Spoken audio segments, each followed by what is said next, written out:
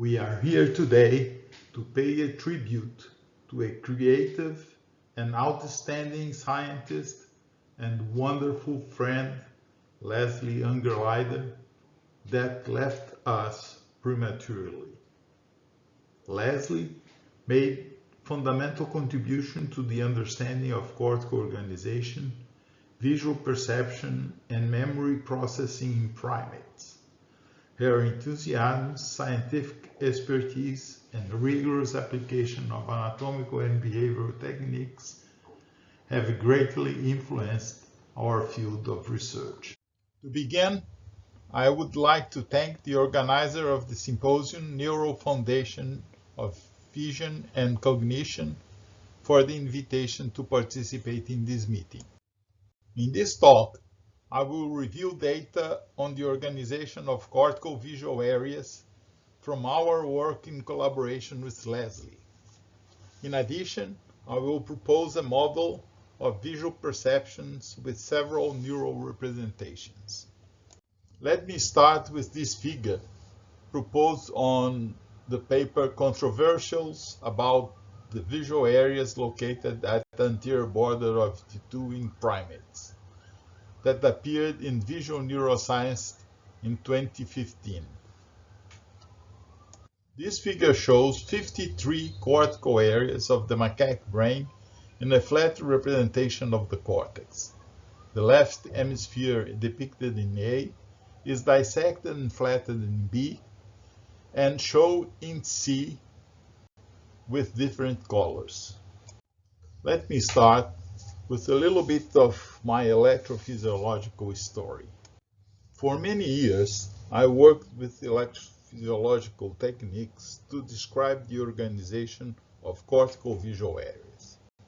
In these works, we used visual topography and myoarchitecture to delimit and identify several visual areas in the macaque brain. We used the concept of visual topography to segregate these areas. This concept was not new at the time. It is present in the early work of the French philosopher René Descartes, The Discourse on Method. This illustration shows Descartes' early depiction of the visual system, which embodies all the essential concepts of a representational system. Distinct inputs from the external world can be orderly mapped inside our brain, laying out the framework for an internal representational system of the physical world. For Descartes, the projection target was not the cortical visual areas, but instead the pineal gland. We studied the visotopic organization of the cortical areas of the Old World monkey macaque and the New World monkey cebus. In these primates, we described the organization and the limits of the area V1, V2, V3, V4, MT, V4T, PO, and POD. Dries Bousseau and collaborators studied topographic organization of TEO. This figure, which appears in the article in Visual Neuroscience 2015, shows the topographic organized areas in primates. We found different topographical organizations in the cortical visual areas. In this slide, we show areas organized along the isocentric domain in blue, organized along the isopolar domain in pink, areas related to visual motor processing in green, and areas without topographic organization in gray. We propose that the blue areas are related to visual field processing, the pink areas relate to flow field processing, the green areas relate to visual motor processing, and the gray areas related to object recognition. This slide shows the direct projections from view 1 and its relation to the streams of visual information processing. In 1982, Ungerleider and Mishkin proposed two streams of visual information processing, one ventral and another dorsal, that started with direct projections from view 1. In 1988, Colby and collaborators showed direct projections from view 1 to visual area PO. Later, we proposed that the dorsal stream could be subdivided into a dorsal medial and a dorsal lateral stream. This slide shows the streams of visual information processing from the retina through its target areas. It shows the streams starting at the retina and propagating through the thalamus to early and intermediate visual areas up to the inferotemporal cortex or to the parietal cortex. Parallel processing starts at the retina and thalamus with the well-defined, well-established parvo and magnocellular pathways. These two inputs are fed into view 1, intermingled to a considerable extent, and processed through the integrated circuit with well-defined compartments and models. Processing in each pathways give rise to a qualitatively different type of information, which is then fed to parallel streams of visual processing. Data suggest the existence of at least 4 distinct pathways, all partially originated in view 1. The ventral, the lateral, the dorsolateral, and the dorsal-medial streams of visual information processing. These 4 pathways derive from the 2 originally proposed ventral and dorsal pathways proposed by Ungerleider and Mishkin. This slide shows the streams of visual information processing in man. Here we recognize 4 streams of visual information processing. There is one additional lateral stream in man that deals with language comprehension. Thus, in humans, there are 4 streams starting primarily from different portions of visual area V1. The ventral stream that deals with the object discrimination receives projections from the central 25 degrees of V1. The lateral streams, which takes care of language comprehension, receives direct projection from the central 5 degrees of V1.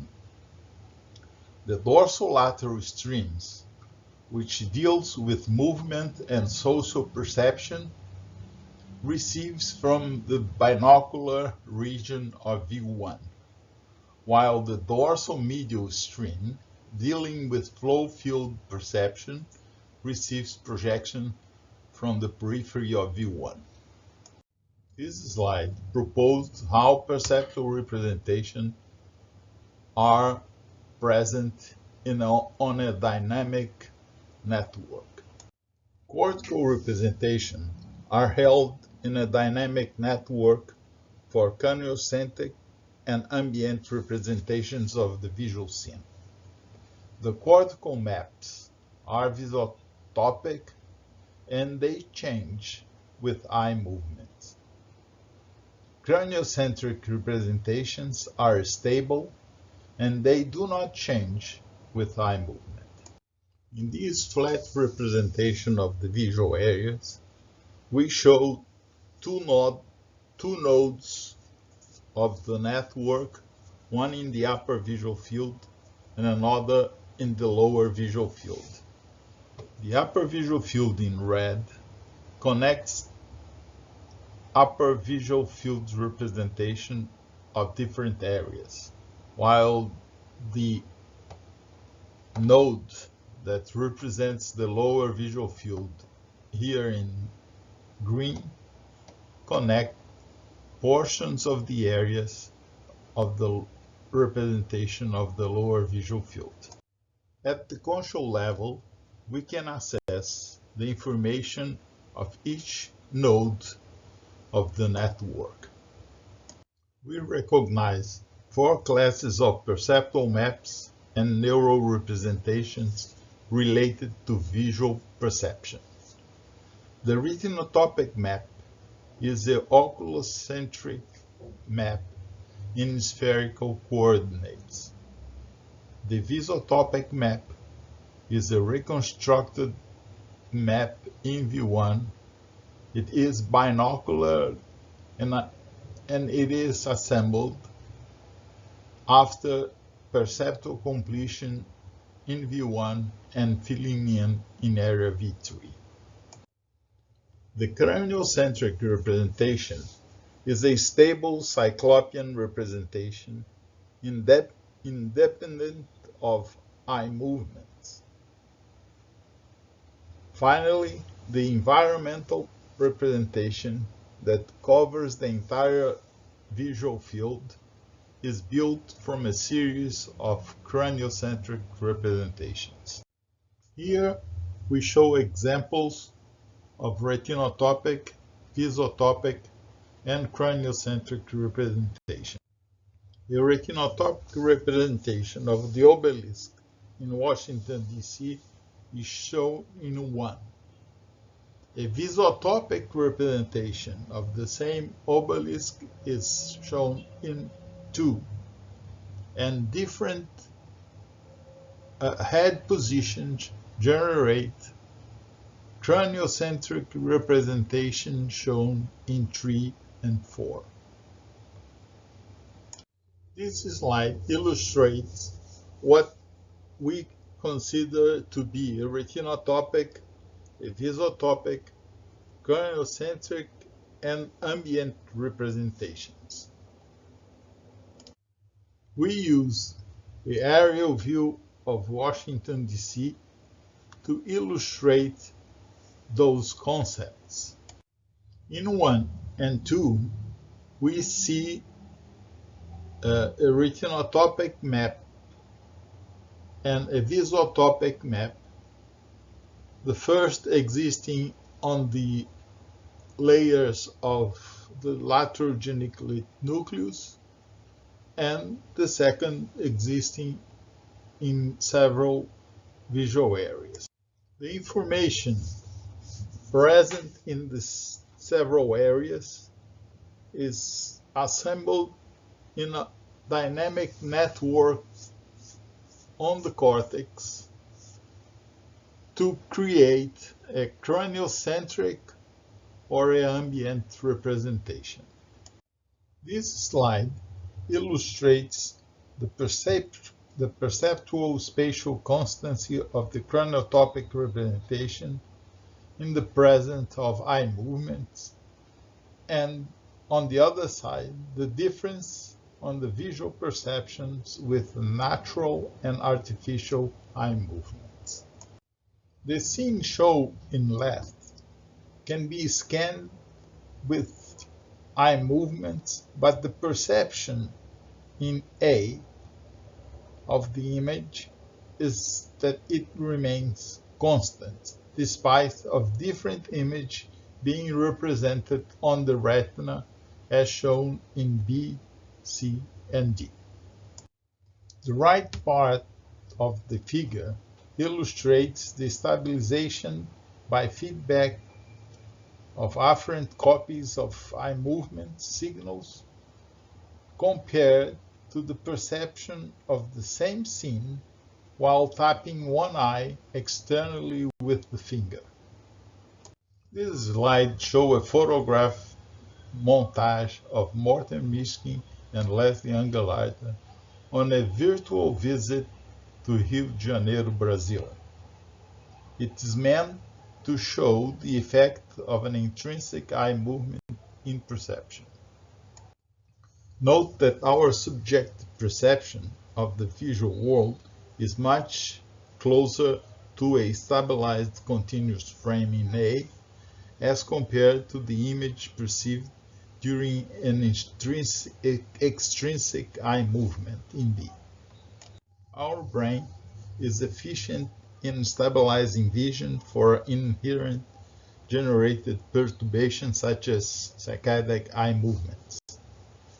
However, if we dodge one of the eye's balls with our finger, we perceive an unstable jittered image in B. The painting The Hug by the Brazilian artist Romero Brito is shown in this slide. This canvas presents a colorful representation of a hug in high resolution. When we face this painting, its neural representation is built piece by piece in a network in the cortex after a series of eye movements. This process creates a perception of a happy and colorful image. This slide illustrates the information propagation with multiple eye movements. The visual system fills the color and resolution piece by piece. The construction of the crâniocentric representation of the canvas is gradually built at each eye movement from 1 to 7. This slide illustrates the propagation of color information in the network starting at area V4. V4 has a map of about 40 degrees eccentricity, but by moving our eyes, we perceive color in the entire view of the Copacabana Beach, Rio de Janeiro, shown here. In this slide, we use illusions to show one of the properties of this dynamic network. The neural representation built at the level of the neocortex is dynamic.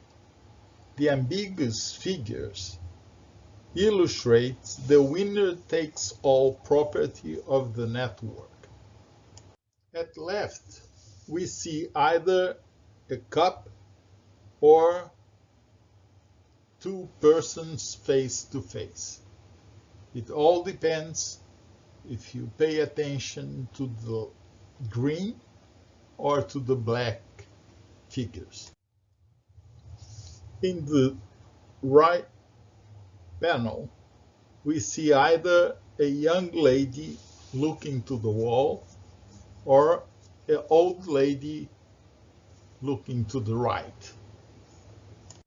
It all depends where you focus your attention. See, for example, the point shown by the blue arrow. If you consider that as a chin of a young lady, you see a young lady facing the wall. If you consider that as the nose of an old lady, you see an old lady looking to the left. This slide shows the lithography of the Dutch graphic artist Maurits Cornelis Escher from 1961 to illustrate the topic neural representation and reality. The figure in the left shows that the neural representation is abstract, reconstructed at the conscious levels in the neocortex, but is not necessarily plausible. The water goes down in the waterfall, but then goes up against gravity.